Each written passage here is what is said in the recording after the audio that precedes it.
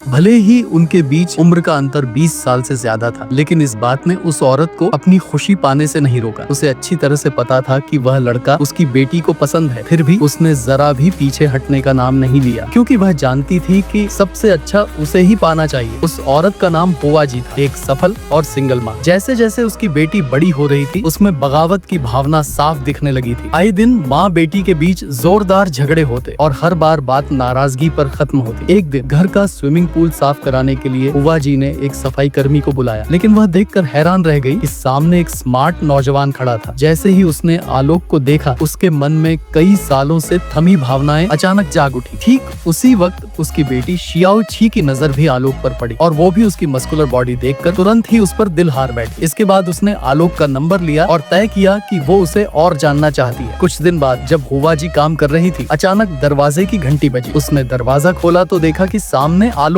खड़ा था। उसने बताया कि वो शियाओ छी से मिलने आया है। हुआ जी ने बिना किसी शक के उसे घर के अंदर बुला लिया और उसने बताया कि उसके घर का टीवी सिग्नल नहीं चल रहा। हुआ जी ने झट से कहा कि वो मदद कर सकती है। फिर दोनों अकेले एक ही कमरे में थे। आलोक ने हुआ जी को देखते हुए कहा कि उसे बड़ी उम्र की महिलाएं ज्यादा पसंद है। ये सुनकर पहले से ही आलोक की ओर झुकी हुआ जी ने उसके इजहार को तुरंत स्वीकार कर लिया और दोनों ने मिलकर शियाओ छी के साथ विश्वासघात कर डाला। उसी रात जब आलोक अपने घर लौटा तो वह हुआ जी की तस्वीर को देखते हुए एक्सरसाइज करने लगा। ऐसा लग रहा था जैसे हुआ जी ने जानबूझकर आलोक से नजदीकियां बढ़ाई हो। शायद इस पूरे मामले में कोई छुपा हुआ रहस्य भी है।